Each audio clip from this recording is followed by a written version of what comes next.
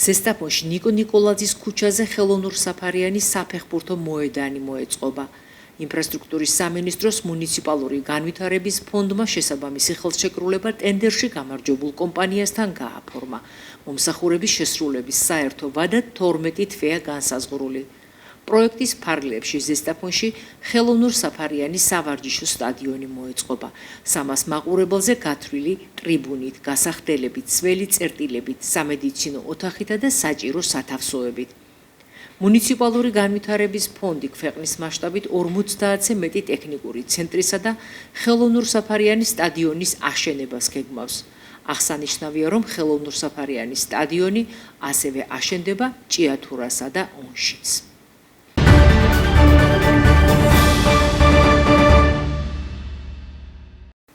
განათლების სამინისტროს გადაწყვეტილებით 2026 წლიდან მასწავლებლებსა და მასწავლებლობის მსურველებს უფლება აქვთ ნაცვლად ერთი საგნის გამოცდისა ერთდროულად დარეგისტრირდნენ და ჩააბარონ არაუმეტეს 3 საგნის გამოცდა და აგრეთვე უფროსი სპეციალური მასწავლებლისა და საბაზისო პროფესიული უნარების გამოცდები. ამის შესახებ განათლების სამინისტრო იუწყება. გადაწყვეტილება მასწავლებლის საგნობრივი კომპეტენციის სისტემურ გაძლიერებას ემსახურება. შედეგად საგნობრივი კომპეტენციის დადასტურება უზრუნველყოფს სწავლების სტანდარტების ამაღლებას და ქმნის სამართლიან და ხარისხზე ორიენტირებულ საგანმანათლებლო გარემოს. მასწავლებლისა და მასწავლებლობის მსურველებს რეგისტრაციის გავლა ელექტრონულად 20 აპრილის 10 საათიდან 6 მაისის 18 საათამდე შეფასებისა და გამოცდების ეროვნული ცენტრის ვებგვერდზე შეუძლიათ. კანდიდატებმა უნდა გაითვალისწინონ, რომ ვერ აირჩევენ იმ საგნებს, რომელთა ტესტური დავალებების შინაარსი იდენტურია, მათ შორის თუ საგნის ტესტური დავალება ნათარგმნია უცხოურ ენაზე, ნათქვამია განათლების სამინისტროს მიერ გავრცელებულ ინფორმაციაში. გამოცდების ეროვნული ცენტრის მიერ დღეს დაანონსდა, რომ მასწავლებელთა საგამოცდო რეგისტრაცია დაიწყება 20 აპრილს და აქვე ერთი დიდი სიახლე გვაქვს, როგორც ვიცით, გასულ წლებში აპლიკანტ შეეძლო მხოლოდ ერთ გამოცდაზე რეგისტრაცია. და ეს შესაძლებლობა უკვე გაფართოვდა და შეუძლია აპლიკანტმა 3 გამოცდა ჩააბაროს ერთ წელს. ეს სიახლე ძალიან მნიშვნელოვანი არის მასწავლებელისთვის გასულ წლებში ეს ბარიერს ქმნიდა, შეიძლება მასწავლებელს ჰქონდა კომპეტენცია სხვადასხვა საგნებში, მაგრამ არ ეძლეოდა შესაძლებლობა ერთი საგნის გამოცდასთან ერთად სხვა გამოცდას ჩაებარებინა. ნამდვილად კარგი სიახლეა მე როგორც მასწავლებელი მივესალმები ამ სიახლეს, თუმცა სიღრმისეულ ანალიზს ვერ შემოგთავაზებთ, რადგან ჯერ პროგრამები არ ვიცით, ალბათ გამოაქვეყნას გამოცდების ეროვნული ცენტრი უახლოეს მომავალში აღნიშნულ პროგრამებს, აღნიშნულ საგნებთან მიმართებით, რომელი საგნები არის საგამოცდო სივრცეში ჩაშვებული და ამის მიხედვით შევძლებთ უფრო დეტალურ ანალიზს, თუმცა სასახად უნდა ითქვას, რომ აღნიშნული სიახლე ძალიან მნიშვნელოვანია მოქმედი და დამწყები მასწავლებლებისთვის.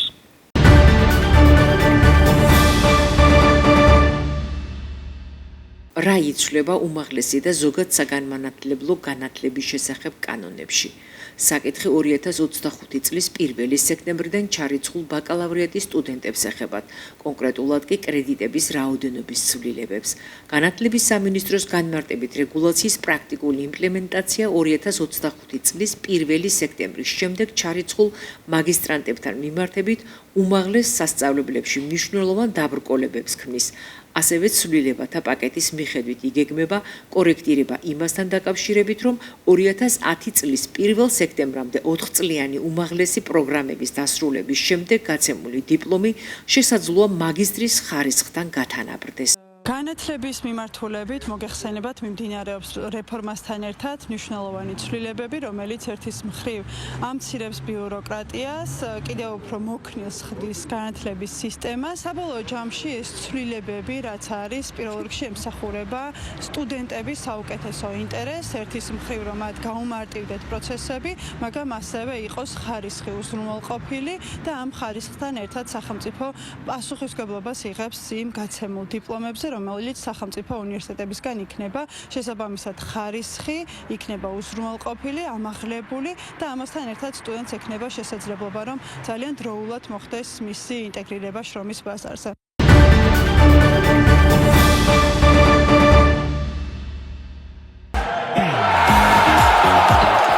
სასიხარულოა ის, რომ ჩვენმა გუნდმა საუკეთესო თამაში დღეს მეორე ნახევარფინალიც მოიგო. გავედით ფინალში, სუპერლიგის ფინალში, ეს კიდევ ერთი დიდი მიღწევაა ჩვენი გუნდის და იმ შრომის, რასაც ამ წლების განმავლობაში თითოეულის ფეხბურთელი დებს, თითოეულ ვარჯიში, თითოეულ თამაში. ჩვენ პირველად ვართ სუპერლიგის ფინალში, შევეცდებით მოგება ჩვენი გულშემატკივრების გაფარებას და შევეცდებით გამარჯვებას. საქართველოს ბანკი ჩვენთვის ნაცნობი მეტოქე იყო. წინა წელსაც საქართველოს ბანკთან მქონდა ნახევარფინალური თამაში. პირველი თამაში მოგებული ქონდა და ჩვენთვის უფრო მარტივი იყო. მოხარული ვარ, რომ გუნდში წვლილი შევიტანე ჩემი გოლებით და დავეხმარე გუნდს ფინალში გადასვლით. რაც შეეხება ფინალს, ჩვენი მოწინააღმდეგე კროკობეთია, რომელსაც შარშან ვეთამაშეთ ზუსტად ფინალი და ვეცდებით, რომ ჩვენი ტიტული დავიცოთ.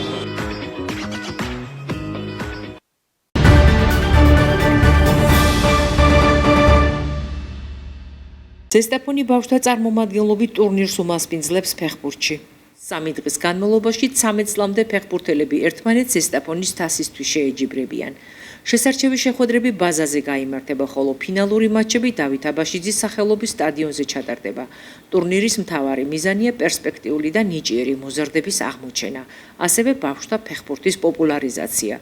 ორგანიზატორები გეგმავენ მომავალში გაზარდონ ტურნირის მასშტაბი და ის ტრადიციულ სპორტულ ღონისძიებად აქციონ. ტურნირის ფინალი 19 აპრილს გაიმართება. გვაქვს მეტად საინტერესო და სასიამოვნო სიახლე, დარწმუნებული ვარ ის გულგრილს არ დატოვებს არა მარტო ზესტაფონურ გულშემატკივარს, არამედ მთელი საქართველოს ფეხბურთის მოყვარულებს. მოკლედ რა ხდება? ზესტაფონში გაიმართება ბავშვთა წარმომადგენლობითი ტურნირი, ზესტაფონის თასის გათამაშება, რომელიც ჩატარდება 17-18-19 აპრილს, მას უმასპინძლებს ჩვენი ქალაქი.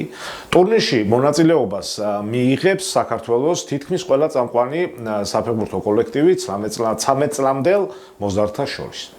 ტურნირის შეხვედრების ძირითადი ნაწილი გაიმართება ზესტაფონის საფეხბურთო კლუბ ზესტაფონის ბაზაზე, რომელიც ჩვენ ქალაქში მდებარეობს და ყველამ კარგად ვიცით თუ სად არის მისი ლოკაცია და ფინალური შეხვედრა მესამე ადგილისთვის შედგება უკვე დავით აბაშიძის სახელობის სტადიონზე. მოკლედ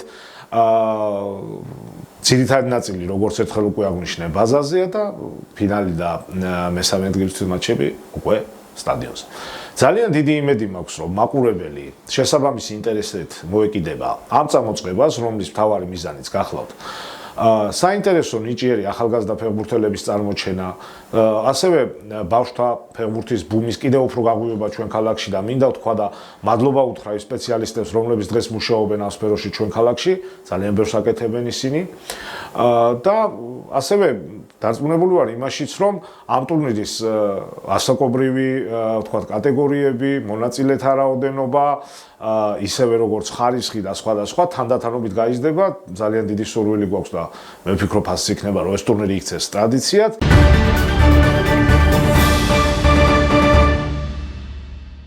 შინაგან საქმეთა სამინისტროს იმერეთის პოლიციის დეპარტამენტის ქუთაისის საქალაქო სამმართველოს თანამშრომლებმა ყაჩაღობის ბრალდებით 1996 წელს დაბადებული წარსულში ნასამართლები და ამჟამად პირობითი მსჯავრის ქვეშ მყოფი პირი დააკავეს. გამოძიებით დადგინდა, რომ ბრალდებულმა ქუთაისში მცხოვრებ ნაცნობს ცივი იარაღის დემონსტრირებითა და სიცოცხლის მოსპობის მუქარით თანხა და ოქროს ნივთები მოსთხოვა. ბრალდებულმა შემთხვევის ადგილზე შეტყობინების საფუძველზე გამოცხადებულ სამართალდამცველებს დანის გამოყენებით წინააღმდეგობა გაუწია. პოლიციამ ჩატარებული ოპერატიული ღონისძიებებისა და საგამოძიებო მოქმედებების შედეგად ბრალდებულის სახით ის ცხელკვალზე დააკავა. გამოძიება სისხლის სამართლის კოდექსის 179 და 353 მუხლებით მიმდინარეობს, რაც 7 წლამდე ვადით თავისუფლების აღკვეთას ითვალისწინებს. ამასთან იმერეთის პოლიციის დეპარტამენტის თანამშრომლებმა დიდი და განსაკუთრებით დიდი ოდენობით ნარკოტიკული საშუალების უკანონო შეძენა შენახვისა და რეალიზაციის ხელშეწყობის ბრალდებით უკრაინის მოქალაქეები დააკავეს. სამართალდამცველებმა ბრალდებულების პირადი და დროებითი საცხოვრებელი სახლების ჩხრეკის, ასევე საგამოძიებო ექსპერიმენტის დროს მათ მიერ მითითებული ადგილებიდან ნივთმტკიცებად ამოიღეს განსაკუთრებით დიდი ოდენობით ნარკოტიკული საშუალება მეთადონი და ნარკოტიკული საშუალების დაფასოებისთვის საჭირო მასალები. გამოძიება სისხლის სამართლის კოდექსის მუხლებით მიმდინარეობს, რაც 20 წლამდე ან უვადო თავისუფლების აღკვეთას ითვალისწინებს.